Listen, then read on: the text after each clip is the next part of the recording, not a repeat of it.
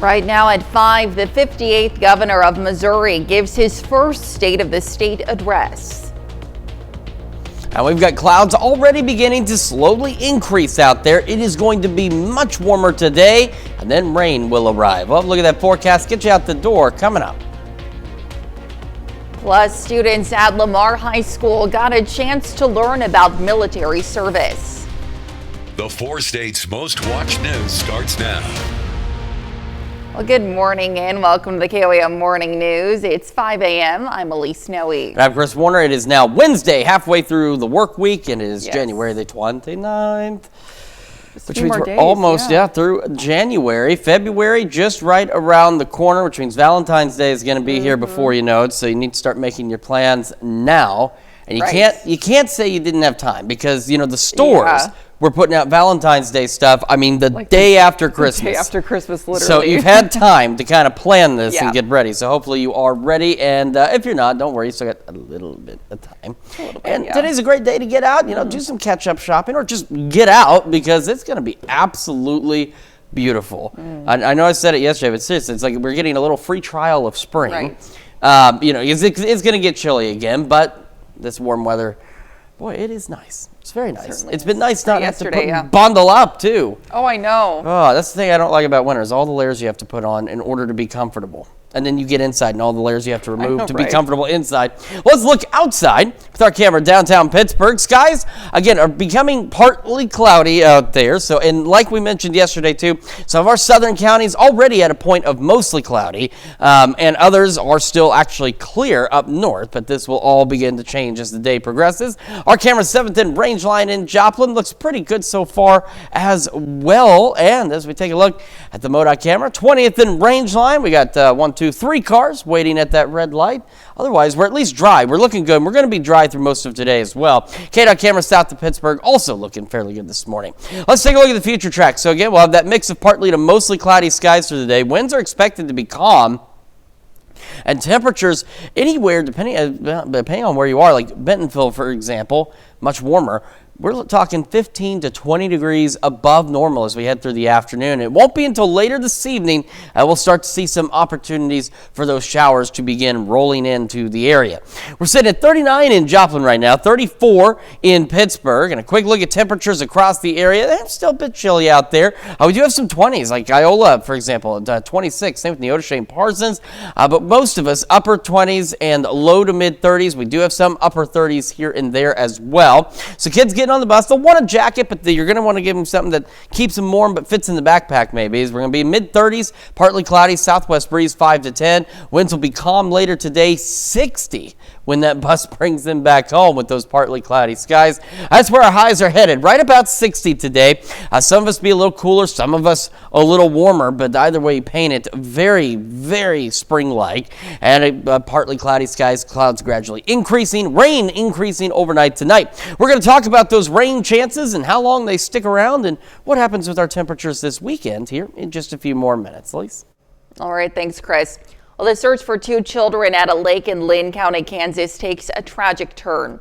The search began last night around 8 when Lynn County deputies were alerted of 2 missing children in the Lake Chaparral community.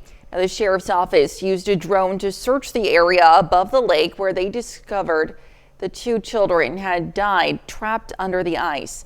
Authorities say it's important to educate children on the dangers of ice. You know, educating our children and ourselves of the danger that comes from the ice. Hypothermia sets in really quick, and if they had already been outside in the weather for any time period, their bodies were already chilled before they entered the water. And so just the importance of making sure that our children understand the necessity to stay away from the ice.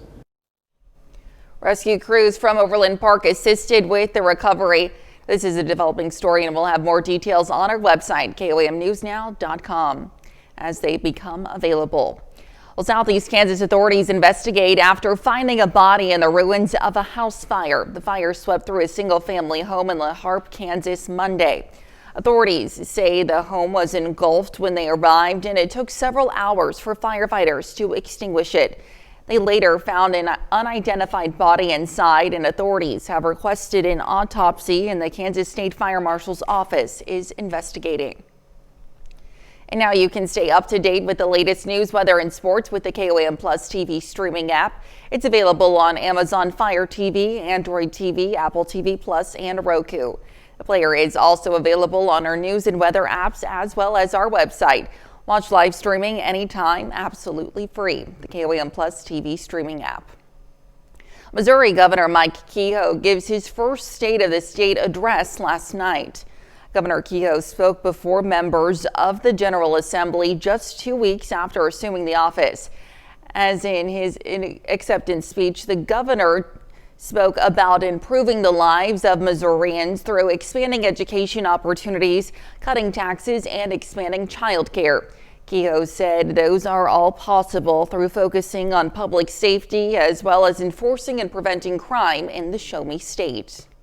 Before becoming governor, I promised Missourians I would take action on crime as soon as my hand left the Bible on Inauguration Day. And we did just that, signing 6 executive orders that were developed based on input from law enforcement to launch our Safer Missouri initiative.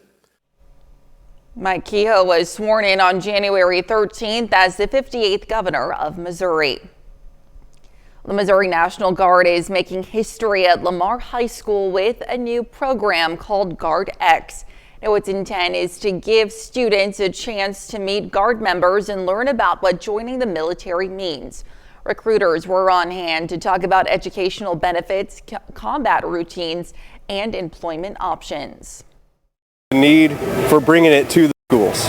We were trying to do something similar over at our armories, and just logistically it wasn't making sense. So this was a way to bring this experience to the schools, get more eyes on it, get the kids to see what's available to them, because it's really easy to go without understanding it if you don't actually see it. Dixon says anyone who has been told they couldn't join the military in the past should double check because many rules have changed, including age requirements. Well, there's a new sheriff in Newton County, and he says he's ready to get to work. KOAM's Samantha Walker sat down with the newly sworn-in Matt Stewart to hear about his goals for the department. New Newton County Sheriff Matt Stewart has decades of experience in law enforcement. He spent 20 years at the Joplin Police Department and retired as chief in 2020. Prior to swearing in as sheriff, he was the director of the Children's Center. He says his past career will help him navigate the challenges of law enforcement. The biggest thing is all the relationships I've developed over the years with other law enforcement leaders and other community member leaders around the area, be able to draw upon that as well. When running for sheriff, one of the things Stewart campaigned on was increasing transparency, which he's incorporating to many of the early changes he's bringing to the department. The time to do that is while things are going well. If you're waiting to try to build that trust when something bad happens, you're behind the game. Within his first month in office, Stewart began releasing more information to the public regarding what calls for service the department has had, the reports taken, and who they've arrested. Make sure that they know what's going on in their community and make sure that they just know and trust that what we're doing here is what's best for our community. Stewart says he's still learning the job, but all the while he's working on some long-term goals he has for the department. He says not only does he want to increase training within the sheriff's department, but he also wants to get a better retirement system in place. We try to take care of those employees as best we can, and so one of my long-term goals that hopefully we can get done in the next year or two is try to get that retirement system in place for them. Reporting in Newton County, Samantha Walker, KOAM. The sheriff says he is organizing monthly Meet the Sheriff events where the community can come speak with him one-on-one. He says he is working to schedule one for February. And that's a look at this morning's top stories and weather in our first 7 minutes coming up on the KOAM Morning News. 2 of the top high school basketball teams in our area square off. We'll have the details. Plus, the world's most visited museum in France is set for a decades-long overhaul. And we have a warm and partly cloudy day today. We'll have what to expect with Chris Warner in the Sky Watch Weather Center. You're watching the KOAM Morning News. We'll be right back. Well, two of the top high school basketball teams in southeast Kansas faced off last night in a non-conference battle at Girard between the Trojans and Fort Scott. Girard girls basketball enters the night 10-1 on the season, ranked number 6 in Class 3A. Lady Trojans host 9-2 Fort Scott, who's ranked 8th in Class 4A. Kylie Comstock scores from underneath the basket to give Lady Tigers a 4-0 lead in the first minute of the game. But from that point forward, this one was all Trojans. Still first quarter, Kennedy Keller connects on a 3-ball from the top of the key. A little bit later, Maddie Kester, nothing but net on the corner 3. Girard brings a 17-point lead into halftime. In the second half, a lot more of the same. First Girard possession of the third quarter. Kester cuts back door. Can't get her layup to go, but Erica Boatman grabs the rebound, puts it back up, gets fouled, and the shot drops. Trojans extend their lead to 20 points. In the fourth quarter, Maya Adolph hits a three-pointer from the top of the key. That's the dagger. Utter domination from Girard last night. The Lady Trojans take down Fort Scott 51-29 and remain undefeated on their home floor. Now to the boys' game. Girard at home taking on Fort Scott, who just earned its first victory of the season against Colgan over the weekend. Early first quarter, Dub Chipman uses his speed to get into the lane and connect on a floater. Girard with the response, though. Ransom Bourne creates some space against Chipman and hits the pull-up jumper. Final seconds of the first, Chipman is going to find Malachi Larson, who attacks the basket and uses the finger roll for the smooth finish. The second quarter, Trojans up by 3. The sophomore, Cam Smith, is money on a three-pointer. That doubles the lead, and Fort Scott has to call timeout. But the Tigers hang on tough through the game, and Chipman hits another lefty floater in the lane. Fort Scott trailed by as many as 9 points, but comes back to earn the win on the road. Final score 52-46. And Pittsburgh State Baseball begins its 2025 season in just a few days. Now, the Gorillas open the year with 3 games this weekend at the UCO First Pitch Classic in Edmond, Oklahoma. Gorillas feel they have a battle-tested roster that's ready to take the next step as a program. Excluding the COVID-shortened 2020 season, Pitt State Baseball has won 30 games or more every year, and it's been under the direction of head coach Bob Fernelli. However, that hasn't led to any NCAA tournament appearances. The last time the Gorillas made it to an NCAA regional was 2018. In order for that to change in 2025, PSU knows these early games are very important. We're excited. We're a veteran group with a lot of older guys, and we have a lot to prove, and we just got to go play the right way each and every day. And if we do that, this team has a chance to be really successful. Staying healthy is a big key, and winning the games early. Those non-conference games has always kind of screwed us out of one game when it comes down to the end of the year. So I think if we can stay healthy, especially our pitching staff, we'll be able to limit a lot of runs, and our offense is going to score a lot of runs. To win in the MIAA, the little things matter. You got to be doing exactly what you need to do each day, each and every day, and really pitch the ball well when it comes to the middle of the spring and still hit the ball. And it's an offensive league as always, but you really got to be able to pitch the ball a little bit and play defense. Still to come, the FDA approves a popular weight loss drug to help reduce the risk of kidney disease, and it is not too bad this morning. Going to be fantastic later, and then rain rolls in. Look at your forecast is coming up.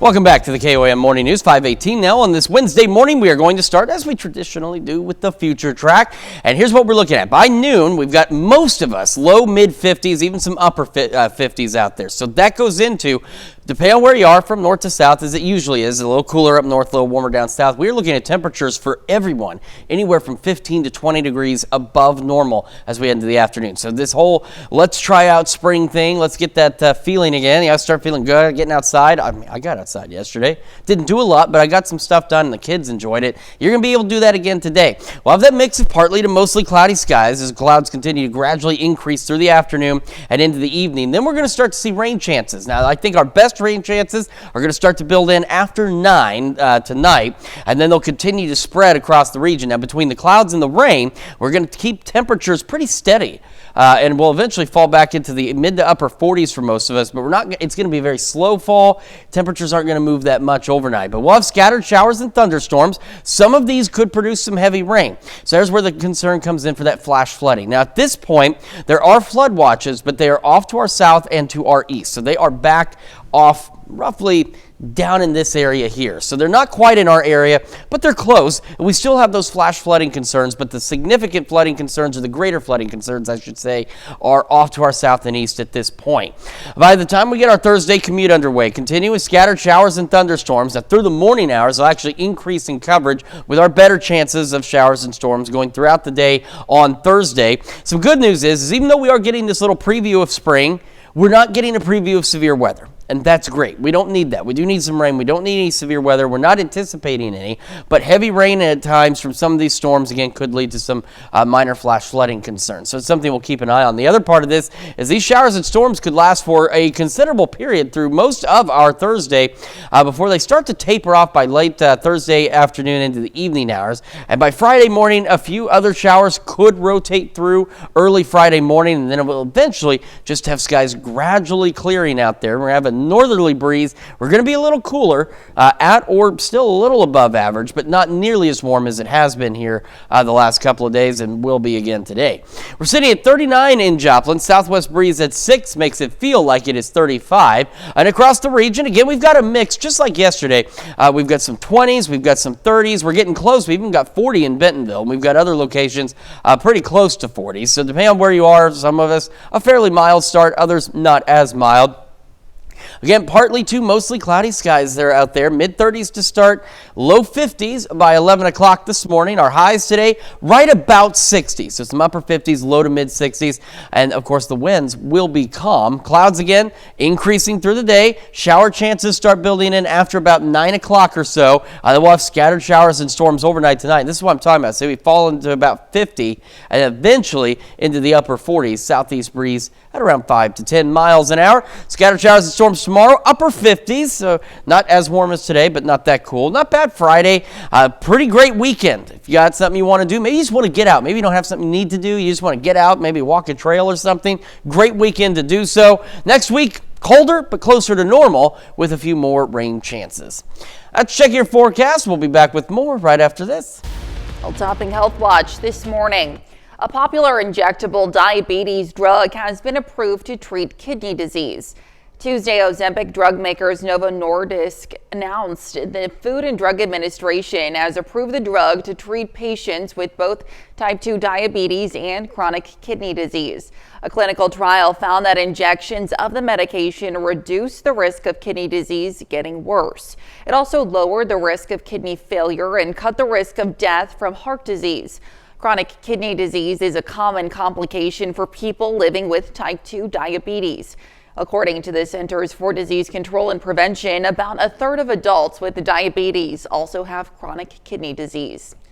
It's a critical part of health. Staying active not only helps a person physically, but also gives mental health a boost. But when it comes to children, it can be hard to compete with things like devices and video games, especially when the temperatures dip low. Mandy Gaither has ways to keep kids active when it's cold outside.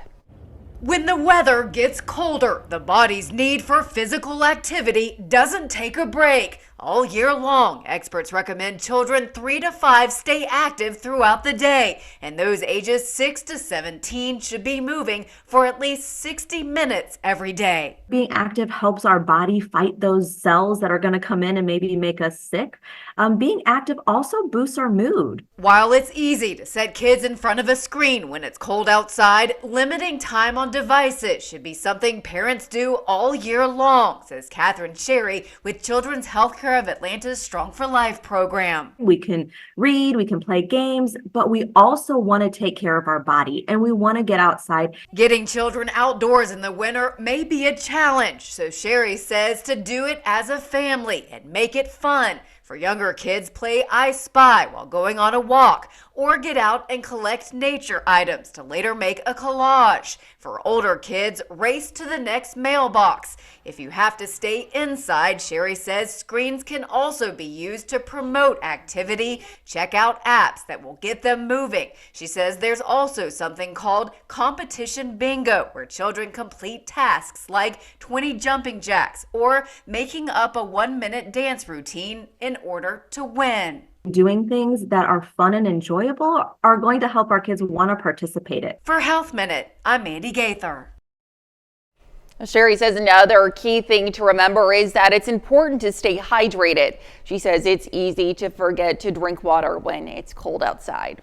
And that's a look at some of today's top health stories. You're watching the KOAM Morning News. And we've got ourselves a cold for some, chilly for others start to the day. It is going to be very warm later today, and then it will rain. We'll go over those details with you here in just a Right now at 5:30, a fire department in Joplin becomes a safe haven for surrendered infants.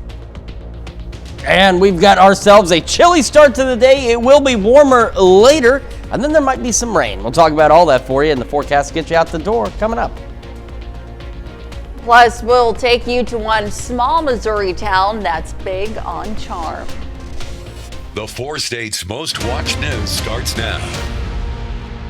Well, good morning and welcome to the KOAM Morning News. It's 5:30. I'm Elise Noe. And I'm Chris Warner. It's Wednesday. Now, yesterday, it's January 29th. Yes. I want to remind folks what day it is. Yesterday, we were full of the laughs. I don't know what was going on. Every little thing that happened during the morning show. There's 3 straight hours of just, oh, look, there's dust. And then it was the funniest thing we'd ever seen. I don't know what was going on. We're still in a good mood today. At least I am. I presume you are. Speak for yourself. No, I'm kidding.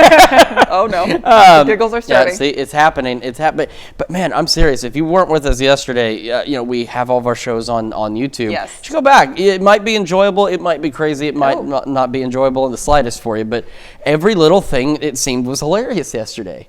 Yeah, it's just a Tuesday. Tuesdays are always pretty wild. It's like, what's going on? I can't tell you how many wild Tuesdays I've had in my life.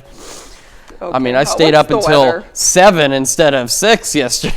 Whoa, don't go crazy. Oh, I know, right? Well, we do have some pretty nice weather on the way. Well, we've already had it. It's going to get even warmer, if you can believe that. It really is. And then it's going to rain. Let's talk about today, though. Get you out the door with a look outside downtown Pittsburgh. Looking pretty good so far. Again, we've got clouds progressively rolling into the area, so we're going to have those partly cloudy to mostly cloudy skies. Our camera 7th and range line looks good as well. It is eerily deserted. This is the second half hour now. There's nobody there. It's really starting to freak me out. MoDOT camera 20th and range line looking good as well this morning. At least there's some folks here. Okay, so the city's not been evacuated and we just don't know something's happening. And then the KDOT camera 69 just south of Pittsburgh, also looking good. At this point, thankfully you can see the headlights down the way here, but also eerily deserted this morning. And there was a lot of cars out at about 3 a.m. There's a lot of traffic at 3 a.m. and now it's all gone.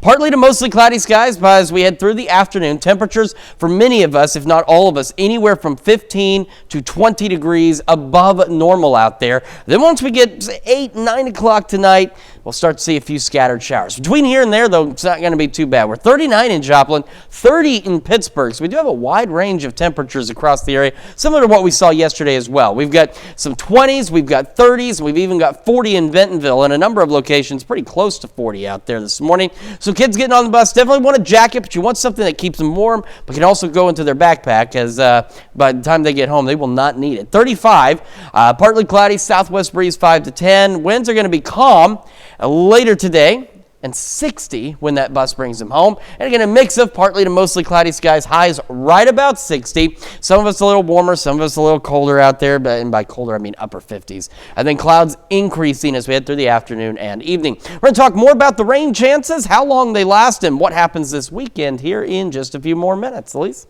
All right, thanks. Fire Station 7 in Joplin celebrated a new way of saving lives. Joplin City officials, members of the fire department, community resources staff, and volunteers came out for the opening of a brand new Safe Haven baby box drop-off. Now, the baby box will provide a safe and anonymous option for parents in crisis to surrender infants. Now, this is the first baby box in Joplin and only the 6th in the state. Safe Haven says they found a perfect place in Station 7. A lot of time to be placed in here because it was a new one, and I have just had a great relationship with Chief Azell here, and I got to spend a couple hours here with your fire department, and they're just an amazing group. Now, the baby box was blessed and placed into service yesterday. Well, Joplin Catholic Schools recognized some standout individuals yesterday. The Joplin Area Catholic Schools, also known as JACS, awarded high honors to their 2025 Benefactor of the Year, Bob Schroeder, and their 2025 Educator of the Year, Larry Perkins. Perkins says his goal is to always be there for the kids. I feel like I've done the same thing. I've put my all into everything every day for the students, and I try to be there for them as much as possible, whether they're having difficulty or in good times. I'm just always trying to be there for them. Joplin Area Catholic Schools are St. Mary's, St. Peter's, and McCauley. The oldest Jasper County, Missouri resident is very excited about the upcoming Super Bowl matchup. 105-year-old Helen Hubbard happens to be a die-hard Kansas City Chiefs fan. Now, her favorite team is the first in NFL history to reach 5 Super Bowls in a 6-season span. Now, she's looking forward to watching the game alongside all the other Chiefs fans at the St. Luke's Nursing Center in Carthage. Wonderful. And especially for the players. I want them to play good. I don't want them to get hurt. The Chiefs fan says it's not every day you get to see your team have such a historic run. And anyone who has lived in this area long enough knows about the charm of small towns. KOAM photographer Trevor Lewis has been featuring some of those towns and brings us a look at Golden City, Missouri. Golden City is the only Golden City in the USA. It is the one and only. It has a lot of history. We've lost a lot of business, but at one time you could get everything we needed right here in Golden City. In 1955, there were more Ford cars sold in Golden City than any place in the Kansas City district. You could travel any place across the United States, start visiting with somebody, and they'd always ask about Cookie's Cafe. We had a teen town, and after the show, all the kids went to the teen town. A lot of the other towns didn't have dancing, so most everybody wanted to come to Golden City. So now we do have a museum, and it is just to keep a lot of artifacts and memorabilia from going into a dumpster someplace, because the generation that is just about gone, but as they pass away, the children find things that they've put back, and it would go into a dumpster or go into a garage sale if we didn't have the museum. So we feel like we're lucky to be able to have the museum. If you want to live in a good area, it's the place to live. It's just a good bedroom community. And just in case you were wondering about the population of Golden City, Missouri, it's 657. Well, today you have the opportunity to watch KOAM's very own Dow Quick in the city of Pittsburgh's featured segment, Cruisin' the Burg. Now, this Facebook feature stars Assistant City Manager Jay Byers as he cruises around town interviewing local icons from Pittsburgh. You'll learn some interesting tidbits about Dow, like where he and his wife Kay were married, and something interesting about the view from his previous home. And that's a look at our top news stories coming up this half hour on the KOAM Morning News. A plane catches fire at a South Korean airport, causing all passengers on board to evacuate. Plus, President Trump doubles down on Gaza comments. We'll have the latest. You're watching the KOAM Morning News. Topping World Watch, the world's most visited museum is about to undergo a decade-long overhaul. French President Emmanuel Macron announced that the Louvre will undergo a major renovation and expansion to modernize its facilities. The project, called Louvre New Renaissance, will include a new entrance near the River Seine and the creation of underground rooms. One of those new rooms will be dedicated solely to the Mona Lisa. The project is estimated to cost more than $800 million. The Louvre's latest overhaul dates back to the 1980s, and the museum is no longer up to international standards. Passengers on a budget South Korean airline narrowly avert disaster when a plane they're on catches fire. Fire investigators look over the remains of a charred Airbus A321 jet operated by Air Busan, which caught fire shortly before takeoff Tuesday at Gimhae International Airport in South Korea. The passenger plane was preparing to head to Hong Kong when its rear parts caught fire. All 169 passengers on board, including 7 other crew, were safely evacuated. Firefighters extinguished the fire in an hour, and officials say they don't yet know the cause of the fire. A massive stampede breaks out at a religious gathering in India. Tens of thousands at the Maha-Kumbh festival rushing to take a holy bath, leading to a stampede that left dozens injured. The massive event is held every 12 years, beginning on January 13th. Now, it's said to be the largest religious gathering in the world. More than 400 million people are expected to visit the pilgrimage site over the next 6 weeks. President Trump is doubling down on comments suggesting he wants to clean out the Gaza Strip and move Palestinians from the region to neighboring countries. But Arab leaders are rejecting the notion, reaffirming Palestinians' right to their own land. Trey Yingst has more from Tel Aviv on those reactions and the latest on the Hamas and Israel ceasefire. Palestinian civilians are moving from southern to northern Gaza, returning back to their homes after 15 months of fighting in the region. Although our home has been destroyed, it's still better for us to be on our land than to live in a land that's not yours.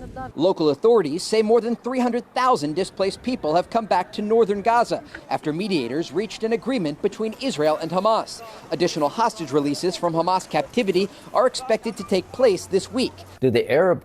Does the Arab world support sending all the Palestinians out of Gaza?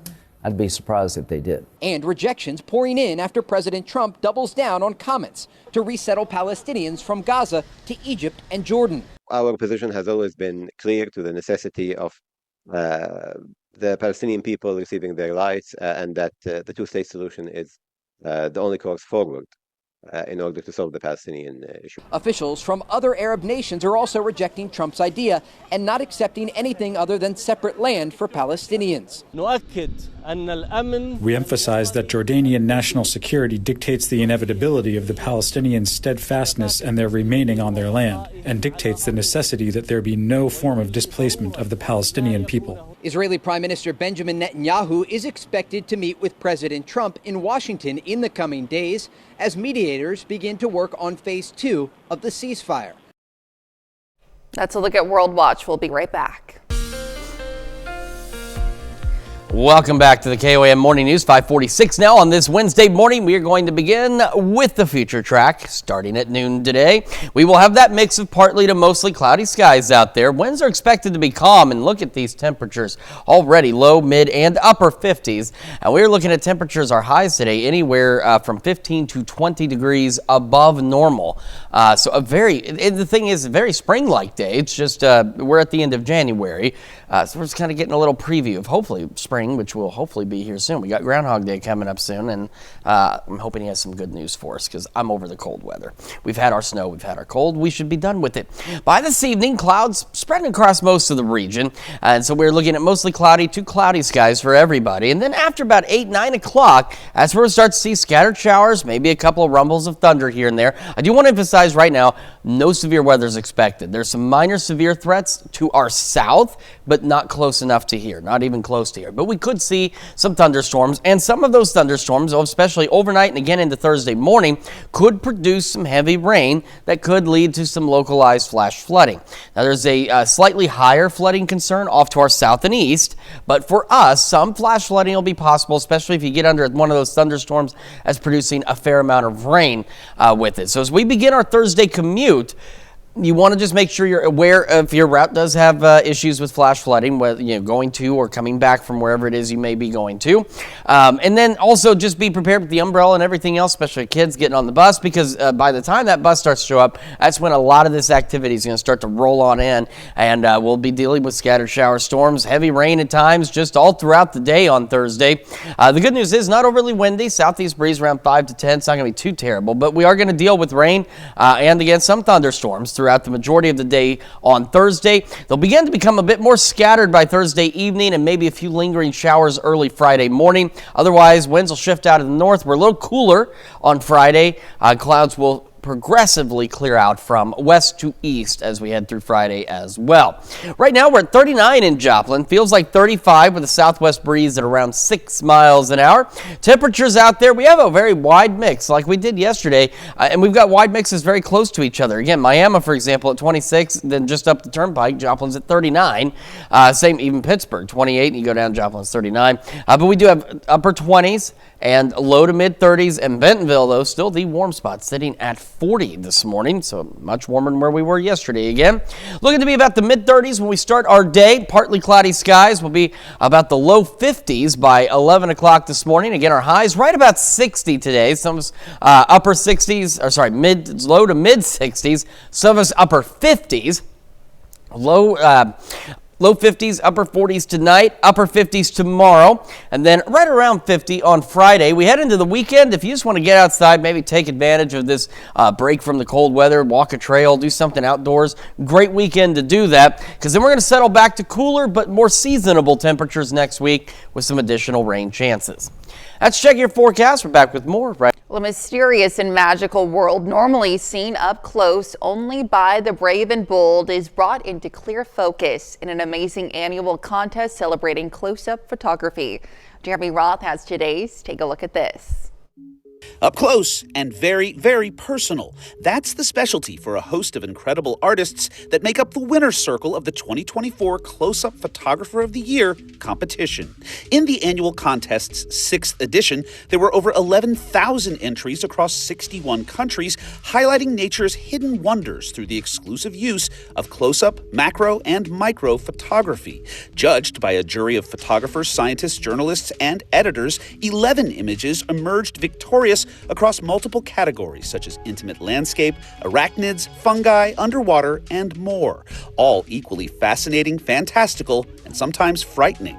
But in the end, it was this cinematic shot named Clash of the Titans of two male stag beetles locked in a ferocious fight over females that brought the coveted overall prize to a photog from Russia who reportedly traveled over 400 miles in dense Russian forest to capture the moment. It's a testament to this breed of artists who will sometimes go very far to get very, very close. Speaking of traveling far to shoot your shot, NASA's Hubble telescope has done just that, and after 10 years of collecting countless deep space images, the agency has released this massive photo mosaic of the nearby Andromeda galaxy. The decade-long project combined approximately 600 separate shots to form one giant high-def view of Andromeda, featuring over 200 million stars, some brighter than our own sun. Requiring over 1,000 Hubble orbits to create, and at roughly 2.5 billion pixels of resolution, the gargantuan panoramic mosaic is the largest of its kind. For Take a Look at This, I'm Jeremy Roth. Very beautiful. Stick around. We'll be right back. Well, sharpen your number 2 pencil and have a mental workout. Today is National Puzzle Day. Now, researchers say doing them on a daily basis can improve memory, cognitive functions, and problem-solving skills. Puzzles can be done solo or with friends. Many brain-boosting games are available online, but if you want to go old school, find a newspaper with a crossword page. Excuse me. Well, beware a snake that is about to slither in. Today also marks the Lunar New Year. 2025 is the year of the snake in the Chinese zodiac calendar. Now, specifically, it's going to be The year of the wood snake, since the 12 zodiac animals can also have different elements, but don't panic. In this tradition, snakes are known for wisdom, charm, and elegance. Today kicks off a celebration that will last 15 days, and it all ends with a lantern festival on February 12th. Well, no snakes in the forecast for today, as we're going to continue to see spring-like weather across the region. We're going to start the day pretty chilly out there, mid-30s, partly cloudy skies, but partly to mostly cloudy skies, a mix of that. Low 50s by 11 o'clock this morning. Our highs today right about 60, so some of us, upper 50s, others low to mid 60s out there. So we're talking temperatures today anywhere from 15 to 20 degrees above normal. So very warm out there for this time of year. Winds will be calm, and again, a mix of partly to mostly cloudy skies. Now, later in the day we go, the more clouds we'll get, and eventually we'll just be cloudy by 8. I think around 8, 9, we're going to start to see some scattered showers, maybe a rumble of thunder rolling in. With the clouds and the calm winds, temperatures just kind of hold steady. Not much dropping back into the upper 40s. Southeast breeze at 5 to 10. And we'll have those scattered showers and storms throughout the overnight. Again, no severe weather is expected, but some heavy rain is certainly possible with some of the storms. And that will continue into our Thursday. Upper 50s, more scattered showers and storms. Watch out, especially for our morning commute. We're getting on the bus, lots of rain during that time. A few lingering showers Friday morning. Got a great weekend ahead of us. Temperatures back to normal next week with more rain chances. That's Check Your Forecast. We're back with more right after this.